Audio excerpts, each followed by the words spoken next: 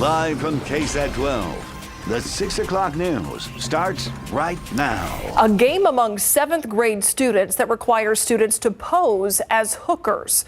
What's made this worse, a teacher was involved in this. And one parent so outraged after learning about this game, she pulled her child out of that school. Our Camelia Juarez explains what happened at this particular KIPP Academy and how parents weren't notified until months later. Back in September, parent Laura Gruber picked up her 13-year-old daughter from KIPP Poder Academy on the north side. Her daughter told her about a game she says her teacher made the class play, Bear Hooker Hunter. According to her daughter, it's supposed to be similar to rock, paper, scissors. The hooker, are played at the same time. The hooker seduces the hunter while he points a gun at her. Gruber says she was outraged. I was like, this is ridiculous. So there's no reason why any 13-year-old in any school period should have this. Within a week, Gruber says she took her daughter out of KIPP. She didn't want to be there after that. Nearly 6 months after the incident, the school finally sent a letter to parents confirming an inappropriate game was played. While the intent was never to sexualize the children, I recognize the impact may have caused students to feel uncomfortable or traumatized. It goes on to mention talking points for parents to discuss with their children about the incident. But Gruber says that's not good enough. If you're hiring a teacher that doesn't have the filter for this, she doesn't belong in a school, period. Based on the statement from KIPP, all the staff was given additional training on appropriate activities with students. Camelia Juarez, KSAT 12 News. 2 teenagers have been arrested after sheriff's deputies found THC vape pens, bullet casings, and a fake gun inside a car parked on that campus. BCSO deputies say they saw the car parked at the Brennan High School parking lot about 2 p.m. on Monday. They say several juveniles were going in and out of that vehicle. Deputies say smoke also seen coming from inside. That car then pulled over for failure to use a turn signal. 5 juveniles were inside that car, 2 16-year-olds arrested. They were charged with possession of a controlled substance. It comes as BCSO increased patrols at that high school just this week. Meantime, 2 boys, just 11 and 12 years old, arrested for threatening to bring a gun to school. The Bexar County Sheriff says the number of cases involving children making terroristic threats is becoming more common. Those numbers are growing. Those boys were arrested after investigators say they threatened to bring guns to an IDEA public school in southwest Bexar County. Sheriff Salazar says the process of interrogating a minor after an arrest, it's not easy, but they can't afford to take a threat lightly, no matter how old the accused is. Young people do absolutely know where to go get guns, and if they don't know, then they know somebody that does. So for us, we've got to take each and every one seriously. So parents need to know, to let their youngsters know that, look, you can pick your actions, you can pick your words, but you don't get to pick the consequences that come about as a result of what you might say or do. Now, because the cases involve minors, parents won't be exempt from interrogation. Salazar says they also, though, consider the possibility that a parent had no idea their child made a threat of violence. The sheriff's office is hosting a series of meetings in several school districts to talk to parents about an increase in gun violence and threats. You can find information on those meetings on our website at ksat.com. The woman believed to be the co-owner of the dogs that attacked and killed an 81-year-old man has bonded out of jail. Court records show that 31-year-old Abilene Schneider was released from jail yesterday. She's facing charges of attack by a dangerous dog resulting in death and injury to an elderly person. Schneider arrested on March 1st in connection with the deadly dog attack on February 24th on Depla Street. Her husband, Christian Moreno, also facing the same charges. He was released on bond last week. Her pretrial hearing is scheduled for next month. Meantime, the San Antonio City Council ready to throw animal care services a bone, at least in terms of funding. ACS officials presented an update on their new strategic plan today. Multiple council members mentioned boosting that department's budget. City Hall reporter Garrett Berger was there for that meeting. All right, Garrett joins us live. How much of this has been directly tied to last month's dog attack that killed that elderly man? Well, in regard to the strategic plan, this is something ACS has been working on for a while now. It was actually already in the process of finalizing before the attack happened. And while the ACS director says that this was not, that incident didn't substantively change the plan, it definitely got brought up today during discussions. Now, ACS says loose dogs are one of San Antonians' biggest concerns, and one of the focuses in its new updated strategic plan is supporting safety in neighborhoods. But there are also parts of the plan that are unrelated, like transporting dogs out of state to help ACS's live release rate. Multiple council members talked about boosting the ACS budget today. Its director says he doesn't think the council members' willingness to give his department more money were directly related to the attack, though he thinks that has drawn more attention. That, at least, is nearly certain. I just want to be very clear that we should be proactive and not wait for an event like what happened in February to happen before we put resources behind issues that residents have been coming to council consistently at public comment, at every budget forum, at every town hall, and they've been asking for resources and for us to do something. It's not clear exactly by how much the department's budget could increase. Right now, ACS has 178 positions and a $21.4 million budget. Now, at least one councilman, Clayton Perry, expressed doubts at how the department is using that current budget. Now, the ACS strategic plan isn't completely done. It will be formally adopted through the budget process. Live at City Hall, I'm Garrett Berger, KSAT 12 News. We'll follow it. Thank you, Garrett. Marijuana gummies, THC vape pens seized by school police, then ending up in the trash by the school. KSAT Investigates found this happening over and over at Northeast Independent School District campuses, raising questions about why these items weren't stored as evidence. So now that we know that maybe this isn't the best practice, we're going to change it moving forward. Coming up in just a few minutes, the big changes being put in place at NEISD after KSAT Investigates exposed the practice of tossing drugs into school dumpsters. That story is coming up in about 25 minutes. Let's take a look outside with live cam this evening, and the sun decided to make an appearance late this afternoon, Adam. Yeah, and that boosted us to 79 degrees for the high temperature today. So we've been baby stepping our way upward from the chill we had over the weekend. By the way, the average high, 75 degrees, the record today, 96, set back in 1971. Just gives you an idea of the potential this time of year. But where we cleared out sooner, that's where temperatures were obviously a bit warmer. Del Rio topped out at 91 degrees, Carrizo Springs and Cotulla both 90 degrees. We'll only drop down to near 70 degrees by midnight, so not a big temperature drop this evening, and then temperatures pretty much holding steady the rest of the night. And with the humidity in the air, more drizzle's going to be developing. So expect a damp morning commute with temperatures right around 68 degrees here in San Antonio, and most of us mid to upper 60s tomorrow morning. Another round of dampness Friday morning, but also the arrival of a cold front, how that affects your Friday and weekend in just a bit. All right, thanks, Adam. Let's take a look at traffic out there right now. We're going to take you to 410 at Jackson Keller, and it depends on which way you're going. That's the answer to the evening commute this evening. We don't have any traffic tie-ups in terms of wrecks or construction that we know is causing things to slow down on any of the roads out there. Just the 6 o'clock commute. Let's go inside the courtroom now. A trial date has been set for a man accused of starting a fire that killed San Antonio firefighter Scott Deem in 2017. Amon Johnson will face a jury on September 18th. He's facing 5 charges that include murder, arson resulting in death, and 3 other arson charges. Investigators believe Johnson allegedly set fire to his gym in May of 2017 because he was behind on payments. That fire killed San Antonio firefighter Scott Deem. At his court hearing today, the judge noted how long Johnson has been waiting for this trial. My sincere hope is that we can get Mr. Johnson his trial date this year. He has been in custody for a long time. I'm going to do everything I can to both get you a speedy trial, but however, my belief is that I need to give your defense team enough time to adequately prepare for that. Originally, a trial was expected to begin in February of this year, but after being appointed a new defense attorney, that had to be pushed back. You can find the latest updates on this case by heading to KSAT.com. Students at West Texas A&M University are protesting after a drag show was canceled on campus.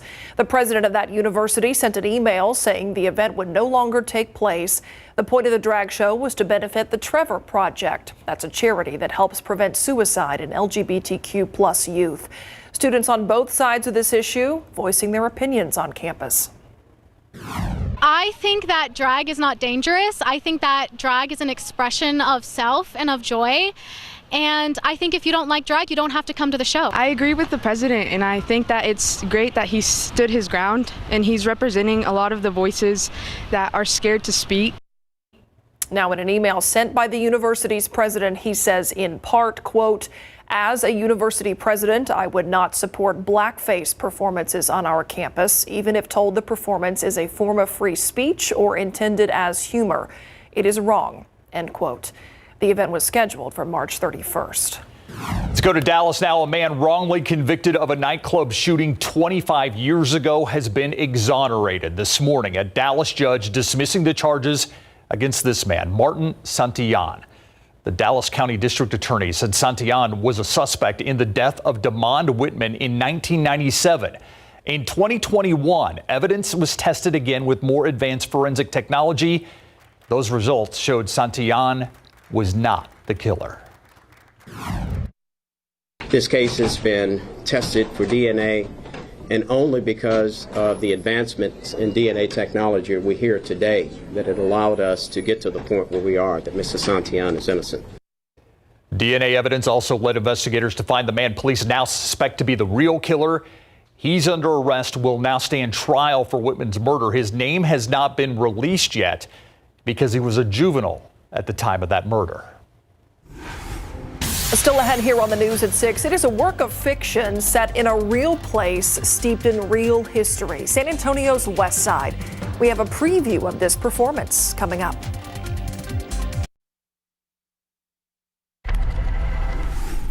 Welcome back. I'm Stefania Jimenez, and here's what we're working on for you tonight on the Night Beat. They are anxiously waiting to hear back from the city.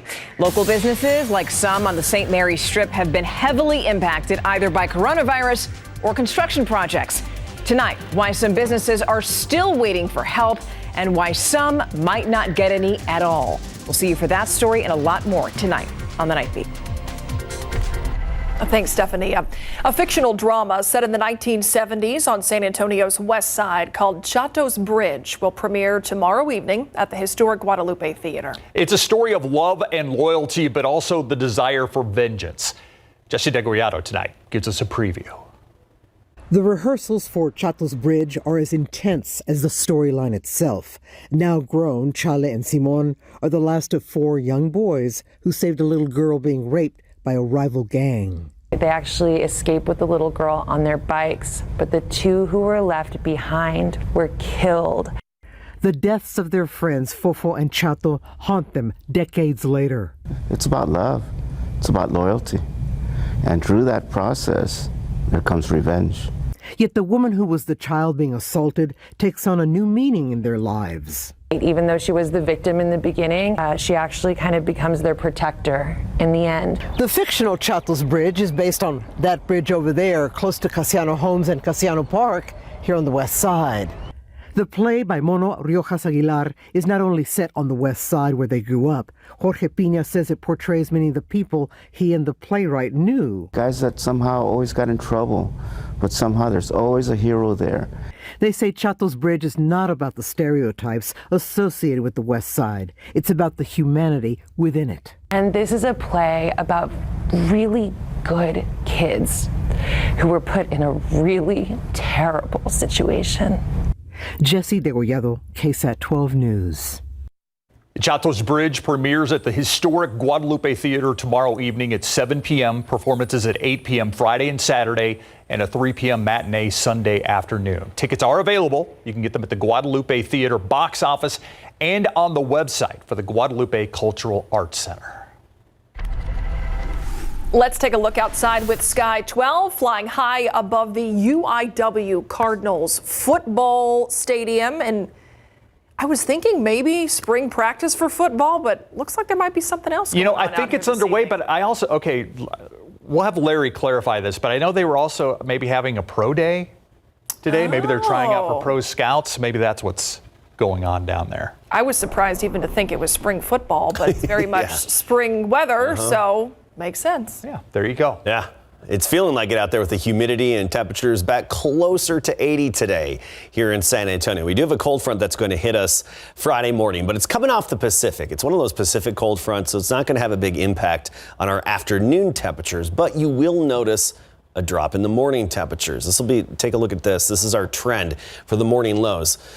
Warm and muggy the next few mornings, Thursday and Friday, with those morning readings well into the 60s. But by Saturday and Sunday, it'll be a little more refreshing out there in the morning, right near 60 degrees with low, or 50 degrees, I should say, near 50 Saturday and Sunday mornings with low humidity. And then middle of next week, behind another front, we'll be talking 40s again by Wednesday morning. So the roller coaster ride of temperatures continues, especially when talking about those morning readings. You have to plan it all out when it comes to long sleeves, short sleeves, or a light jacket. But we're talking short sleeves the next couple of days.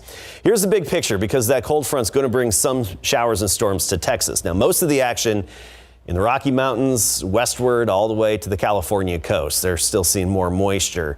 And, I saw an update from Purgatory Resort in Durango, Colorado, southwestern Colorado, earlier today. They've had over 300 inches of snow at the ski resort so far this year, and more to come with this system. This big trough, this dip, bringing that higher elevation snow, and it's going to pass to the north of us, but help push that cold front through. So we're talking a broken line of showers and storms developing around midnight Friday morning, and then in the pre-dawn hours, some of that creeping its way into the Edwards Plateau and Hill Country. I don't expect much in terms of overall coverage, but even in San Antonio, we could get hit or clipped by a brief round of quick-moving showers and thunderstorms during the morning commute on Friday, and then into the afternoon, 1, 2 o'clock, we clear out. There is a slight chance of severe storms. We're talking the Hill Country, but especially from roughly Comstock to Sonora, San Angelo, Abilene, up to Wichita Falls and Dallas. That's primarily where we're going to see the thunderstorms, and not everybody within that area is even going to see the storms. That's just where we have the threat of some severe storms developing. So in terms of actual chances, rain chances tomorrow for showers, about a 20%. We're basically talking more drizzle in the morning and some sprinkles.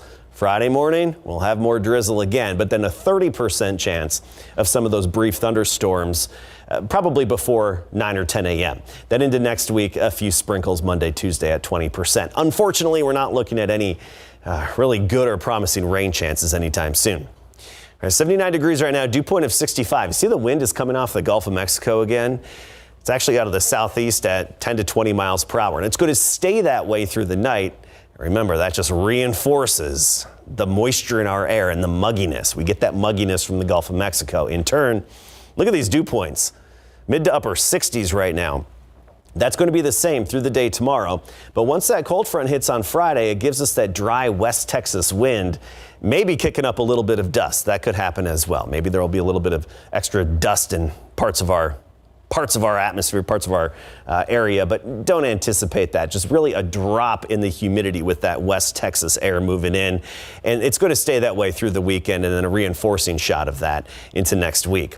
Temperatures now near 90 along the Rio Grande, upper 70s here locally. And tomorrow we'll start the day at 68 degrees with that dampness, wet roads, wet sidewalks, wet trails, a little bit of road spray. Then into the afternoon, we'll squeeze in the sun, making it up to 86 for the afternoon high temperature. Now, I mentioned that Pacific front not affecting afternoon readings. 84 for the high on Friday with that afternoon sun. This weekend will be in the low to mid 80s as well, then a bit cooler next week. Yeah, toasty weekend ahead. Thanks, Adam. All right, I asked Larry, that was pro day. That's right. At the University of the Incarnate Word. So sometimes my foggy brain works.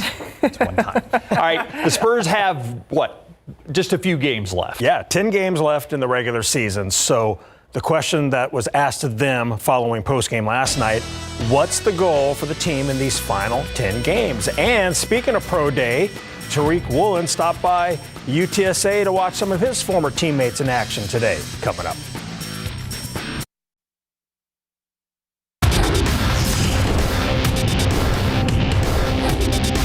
I'm happy with it. I definitely performed how I wanted to in the 40, and on the bench, I was happy with my 30. Lamont McDougal with a very strong showing at UTSA's Pro Day, checking in with 30 reps on bench press and big board sports. The Spurs and Bucks will face off for the second time this season when they play ball in Milwaukee tonight. San Antonio won the first meeting 111-93 back in November, but Milwaukee played without 7 players, including Giannis Antetokounmpo. Tonight, the Spurs will be down at least 6, including Devontae Graham, Trey Jones, Doug McDermott, and Keldon Johnson. Jeremy Sohan is now available as he deals with right knee soreness. The Spurs enter this game 19-53, so 72 games down, 10 more to go. What are the guys looking to accomplish in the final 10-game push? 10 games is a lot of games. We're in the NBA. You can never pass up on, the opportunity to, play games here and, get minutes and everything. And especially, the year we've had and injuries and whatever else, we've been hit with. Being able to just play together is something that, we all look forward to. We all get excited for still. To be able to, we're a young group. We haven't had a lot of minutes together, so to be able to get out there and get some minutes together, continue to compete and just grow and get better, learn. Keep learning, keep getting better, keep trusting each other, and just stay together. It's the last stretch. Of course, we want to play as hard as possible, as I said, compete the last couple of games, what we have left, and then, rest, I don't know, but, approach is the same. We just want to play hard, play together, be together. Spurs Bucks tonight at 7 in Milwaukee, and the Bucks are favored by 17.5 points. A total of 10 former UTSA football players participated in UTSA Pro Day at the Race Building this morning. 13 NFL teams were there to watch the Roadrunners go through drills that test their speed, agility, and mentality under the stress of performing with pro scouts watching your every move. Corey Mayfield Jr., Dadrian Taylor, and Lamonte McDougal all have dreams of making it to the next level. I'm blessed. Like you said, I'm a small town kid. A lot of people don't get this opportunity. Even once you go to bigger schools, it's an amazing blessing to be here, and just a testament to hard work. I'm saying I came here as a receiver, so that just tells you I'm getting looks at the NFL level to play cornerback and safety, stuff like that. It's just whatever you put your mind to, you can do it. It's a 3-month process. I've been training since January 1st. Just for this day, so you gotta think it was 3.5 months just for one day for a couple hours. So 2 workouts a day, 6-7 days a week.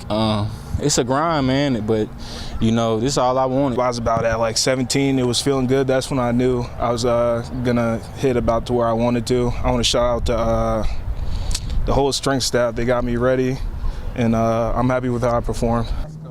UTSA grade and Seattle Seahawks cornerback Tariq Woolen showed up to support the guys. Last year, he was in the exact same position going through drills in front of NFL teams. Every other big school have big pro days, so why not UTSA have a big pro day, or continue to have, guys to come out on pro day and do a great job. So that way, guys like us that played in the past, us showing up shows them we still have support. These guys did it and they see us, and it's just motivation for them. Now that Pro Day is over, the Roadrunners will resume spring practice tomorrow. Incarnate Word Pro Day was scheduled from 4 to 7. As you guys saw, it's going on, so we'll have that for you tonight on the Night Beat. All right, can't wait. Yep. Thanks, Larry. Coming up next here at 6 o'clock, a KSAT investigates report that found THC evidence ended up in school dumpsters. That's next.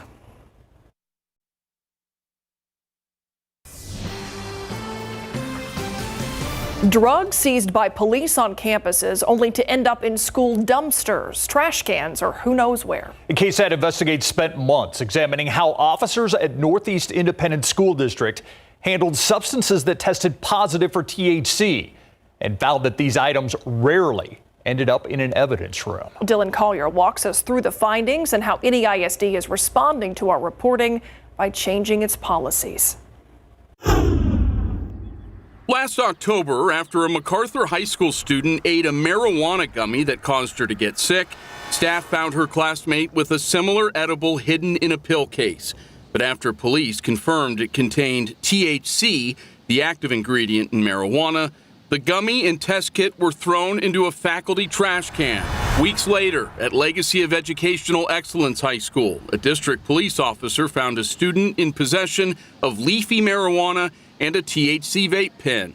This time, after testing the vape liquid, records show the nearly 4 grams of marijuana and a legal smoking device were both tossed in a dumpster. Last year alone, NEISD police investigated 371 cases at the district's elementary, middle, and high schools for possession of a controlled substance, penalty group 2, which includes THC and vape pens like this one.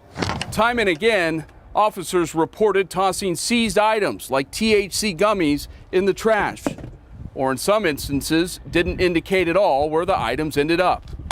How did this happen? It shouldn't have happened. It just should not have happened. The officers are all fully aware of how the discarding of the products is supposed to work. Aubrey Chancellor, NEISD's Executive Director of Communications, points out that THC oil was often rinsed down the drain by officers and that the vape devices were no longer operable after being tested. Because the vape pens can't be reused, because the oil can be discarded right then and there, it was just something that they were doing. She walked in school, fine, healthy, clean backpack. Destiny, whose daughter is a freshman at MacArthur, has twice been called to the high school this semester to pick up her child for being under the influence, and has twice been forced to take her to the emergency room. In the first incident, which Destiny described as an adverse reaction to taking Benadryl with friends, the teen also tested positive for THC. Late last month, after skipping class, the girl said a man at a nearby gas station bought her and her buddies alcohol. After the teen showed up back on campus intoxicated, Destiny arrived to find her being brought out in a wheelchair. They buckled her up and handed me the barf bag and said, take care of it. A subsequent ethanol screening showed the freshman was nearly 3 times the legal limit to operate a vehicle. I'm very pissed. I'm hurt and I'm angry and I'm scared for children. KSAT Investigates looked at the other large school districts in San Antonio and found that all of them have strict policies for storing seized drugs and paraphernalia, including THC vape pens. Chancellor said NEISD is now attempting to follow suit. Moving forward, all of the officers are going to take anything and everything and take it back to the evidence room. We're glad that this was brought to our attention so that we could take the opportunity to relook at things, to see if that is really the best practice. And moving forward, that isn't going to occur anymore. For KSAT Investigates, I'm Dylan Collier. NEISD officials declined to make Chief Wally McCampbell available for an interview for this story. They would also not say if any officers were disciplined for their handling of drug evidence. We'll be right back.